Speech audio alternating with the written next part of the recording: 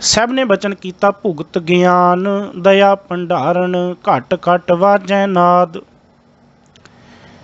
फिर मैं बेनती करा कि जिथे जोगी लोग कन्नां दे विच मुंदरां पाउंदे सी, हत्थां दे विच खप्पर लैंदे सी, झोली पाउंदे सी, तन दे उत्ते सवाह मलदे, खिंथा पहनदे, हत्थां दे विच डंडा रखदे, होर तरह तरह के चिन्ह, उत्थे उन्हां दे जिहड़े आश्रम सी 12 उन्हां दे फिरके सी, उन्हां दी भी अलग अलग निजमावली मर्यादा।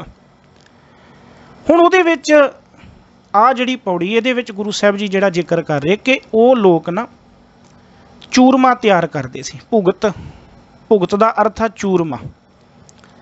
चूरमा की सी कि ये लोग ना मोटियां मोटियां रोटियां लाउंदे सी ते वो रोटियां जिहड़ियां लाउंदे सी ना उन्होंने फिर कुट के चूरी, जिवें आपां कह लीए कि चूरी उहदी बना के फिर वो वरताउंदे सी।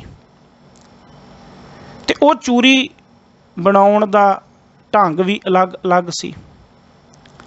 फिर उन्होंने कोई बनाउंदा सी, कोई वरताउंदा सी, इवें तरीके सी उन्हां दे।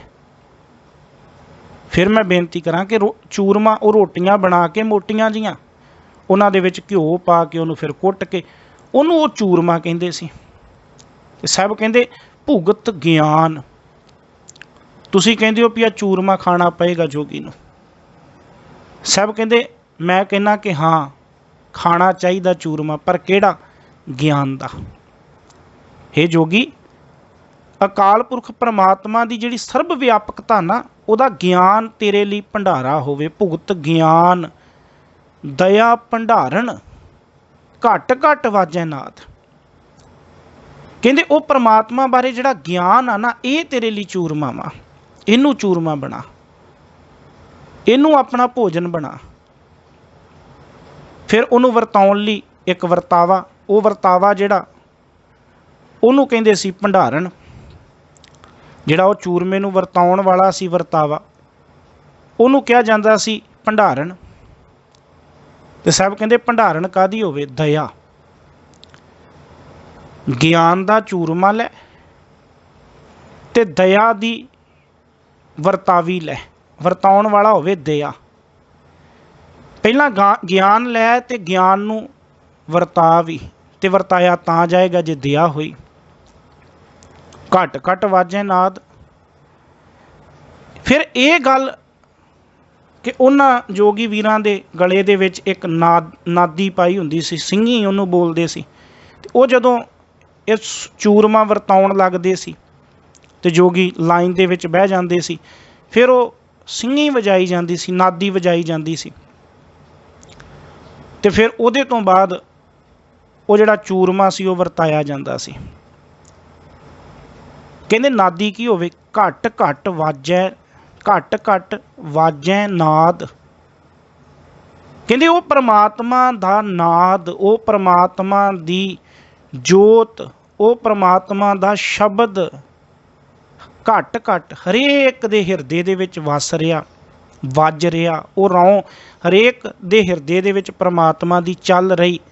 कहंदे आ अपने अंदर नादी वजा, ये अपने अंदर नादी वजा।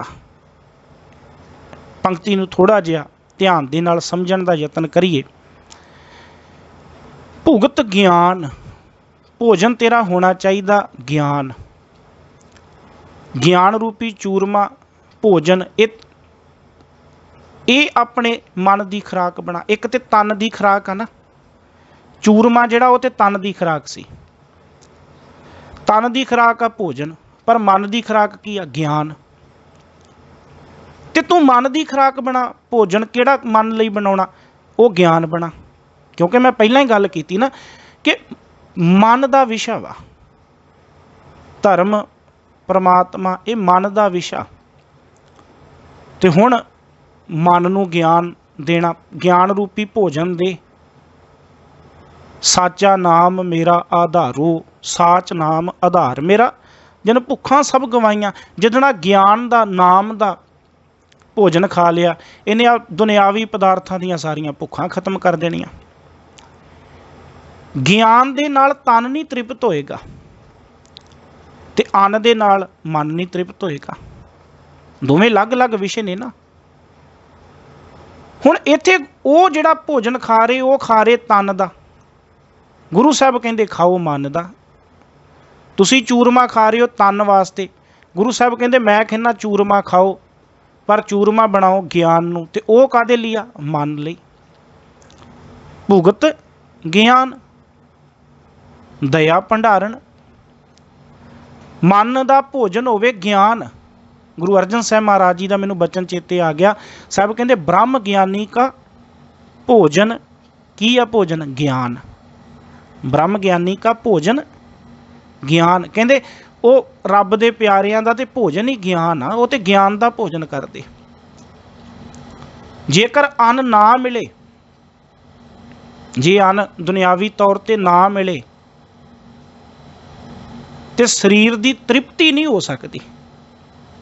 ਦੁਨਿਆਵੀ ਤੌਰ ਤੇ ਭੋਜਨ ਨਾ ਮਿਲੇ ਤੇ ਸਰੀਰ ਦੀ ਤ੍ਰਿਪਤੀ ਨਹੀਂ ਹੋ ਸਕਦੀ, ਤੇ ਜੇ ਮਨ ਦਾ ਭੋਜਨ ਗਿਆਨ ਨਾ ਮਿਲੇ ਫਿਰ ਮਨ ਦੀ ਤ੍ਰਿਪਤੀ ਨਹੀਂ ਹੋ ਸਕਦੀ।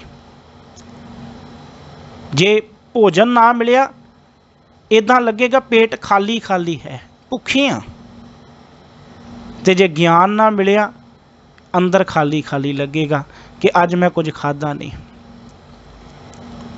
ਖਾਲੀ ਖਾਲੀ ਅੰਦਰ ਮਹਿਸੂਸ ਹੋਏਗਾ। ਸਾਹਿਬ ਕਹਿੰਦੇ ਬਣਾ ਤੇ ਸਹੀ ਭੋਜਨ ਨੂੰ ਗਿਆਨ, ਗਿਆਨ ਨੂੰ ਭੋਜਨ, ਮਨ ਦੀ ਖੁਰਾਕ ਬਣਾ। ਤੇ ਜਿਵੇਂ ਚੰਗਾ ਭੋਜਨ ਸਰੀਰ ਦਾ ਵਿਕਾਸ ਕਰਦਾ ਹੈ, ਚੰਗਾ ਗਿਆਨ ਮਨ ਦਾ ਵਿਕਾਸ ਕਰੇਗਾ, ਜੀਵਨ ਦਾ ਵਿਕਾਸ ਕਰੇਗਾ। ਭੁਗਤ ਗਿਆਨ ਬਣਾ, ਮਨ ਦਾ ਭੋਜਨ ਬਣਾ। ਚੂਰਮਾ ਮਨ ਨੂੰ ਖਵਾ ਤੇ ਕਾਹਦਾ? ਗਿਆਨ ਦਾ। ਫਿਰ ਸਾਹਿਬ ਕਹਿੰਦੇ ਦਇਆ ਭੰਡਾਰਨ। ਪਹਿਲਾਂ ਤੇ ਕਹਿਤਾ ਇਹ ਜੋਗੀ, ਜੇ ਤੇਰਾ ਗਿਆਨ ਭੋਜਨ ਬਣ ਜੇ, ਮਨ ਦੀ ਖੁਰਾਕ ਬਣ ਜਾਏ, ਦਇਆ ਭੰਡਾਰਨ, ਇਸ ਭੋਜਨ ਨੂੰ ਵੰਡਣ ਵਾਲੀ ਭੰਡਾਰਨ ਹੋਵੇ ਦਇਆ। ਜੇ ਕਿਧਰੇ ਤੇਰੇ ਅੰਦਰ ਦਇਆ ਹੋਵੇ, ਦਇਆ ਭਾਵ ਮਨੁੱਖ ਦੇ ਅੰਦਰ ਹੋਵੇ ਕਿ ਮੈਂ ਵੰਡਣ ਨੂੰ ਜੀ ਜਿਆ ਕਰਦਾ, ਆ ਵੰਡਣ ਨੂੰ ਜਿਹੜਾ ਜੀ ਜਿਆ ਕਰਦਾ ਨਾ, ਮਨ ਕਰਦਾ, ਇਹ ਆ ਦਇਆ ਬਿਰਤੀ। ਕੋਈ ਸੰਗੀਤ ਦੇ ਵਿੱਚ ਬਹੁਤ ਅੱਗੇ ਹੋਵੇ ਨਾ, ਮੈਂ ਕਲਾਕਾਰ ਕਹਿ ਲਾਂ, ਜੇ ਉਹਦੇ ਅੰਦਰ ਦਇਆ ਹੋਏਗੀ ਤੇ ਉਹ ਕਲਾ ਨੂੰ ਵੰਡੇਗਾ। ਜੇ ਗੁਣਵਾਨ ਹੋਏਗਾ ਉਹ ਗੁਣਾਂ ਨੂੰ ਵੰਡੇਗਾ। ਜੇ ਧਨਵਾਨ ਹੋਏਗਾ ਧਨ ਨੂੰ ਵੰਡੇਗਾ। ਦੌਲਤਮੰਦ ਹੋਏਗਾ ਦੌਲਤ ਨੂੰ ਵੰਡੇਗਾ। ਤੇ ਇਹ ਵੰਡਣਾ ਕਿੱਥੋਂ ਜਨਮ ਲੈਂਦੀ ਆ? ਵੰਡਣ ਦੀ ਭਾਵਨਾ ਕਿੱਥੋਂ ਜਨਮ ਲੈਂਦੀ ਆ? ਦਇਆ ਤੋਂ ਜਨਮ ਲੈਂਦੀ। ਜੇ ਮਨੁੱਖ ਦੇ ਅੰਦਰ ਦਇਆ ਨਹੀਂ, ਉਹ ਕੁਝ ਵੰਡ ਨਹੀਂ ਸਕਦਾ। ਭਾਵੇਂ ਦੌਲਤ ਦੀ ਗੱਲ ਆ, ਭਾਵੇਂ ਗੁਣਾਂ ਦੀ ਗੱਲ ਆ, ਭਾਵੇਂ ਕਲਾ ਦੀ ਗੱਲ ਆ, ਬੰਦਾ ਤਾਂ ਹੀ ਕੁਝ ਵੰਡ ਸਕਦਾ ਜੇ ਉਹਦੇ ਅੰਦਰ ਦਇਆ ਹੋਏ। ਤੇ ਜੇ ਦਇਆ ਬਿਰਤੀ ਆ, ਉਹਦੇ ਅੰਦਰ ਵੰਡਣ ਦਾ ਸੁਭਾਅ। ਤੇ ਸਾਹਿਬ ਕਹਿੰਦੇ ਦਇਆ ਭੰਡਾਰਨ, ਜਿਹੜਾ ਤੂੰ ਗਿਆਨ ਪ੍ਰਾਪਤ ਕੀਤਾ ਆਪਣੇ ਤੱਕ ਸੀਮਤ ਨਾ ਰੱਖੀ, ਕਿਉਂਕਿ ਗੁਰੂ ਬਾਬੇ ਦਾ ਉਪਦੇਸ਼ ਕੀ ਆ? ਆਪ ਜਪੈ ਅਵਰਾ ਨਾਮ ਜਪਾਵੈ। ਜਿਹੜਾ ਗਿਆਨ ਤੇਰੇ ਕੋਲ ਆ ਹੋਰਨਾਂ ਤੱਕ ਵੀ ਪਹੁੰਚੇ। ਖਾਵੈ ਖਰਚੈ ਰਲ ਮਿਲ ਭਾਈ, ਤੋਟ ਨਾ ਆਵੇ ਵੱਧ ਦੋ ਜਾਈ। ਜਿਹੜਾ ਤੇਰੇ ਕੋਲ ਗਿਆਨ ਆਇਆ ਨਾ, ਭੁਗਤ ਗਿਆਨ, ਆਪਣੇ ਤੱਕ ਨਹੀਂ ਸੀਮਤ ਰੱਖਣਾ। ਦਇਆ ਭੰਡਾਰਨ, ਆਪਣੇ ਅੰਦਰ ਦਇਆ ਪੈਦਾ ਕਰਕੇ ਉਹਨੂੰ ਵੰਡ। ਤੇ ਜਦੋਂ ਵੰਡੇਗਾ ਦਇਆ ਭੰਡਾਰਨ, ਉਹ ਗਿਆਨ ਨੂੰ ਵੰਡਣ ਦੀ ਆਪਣੇ ਅੰਦਰ ਸਮਝ ਲੈ ਕੇ ਆਏਗਾ, ਭੰਡਾਰਨ ਬਣਾਏਗਾ ਦਇਆ ਨੂੰ। ਘਟ ਘਟ ਵਾਜੈ ਨਾਦ।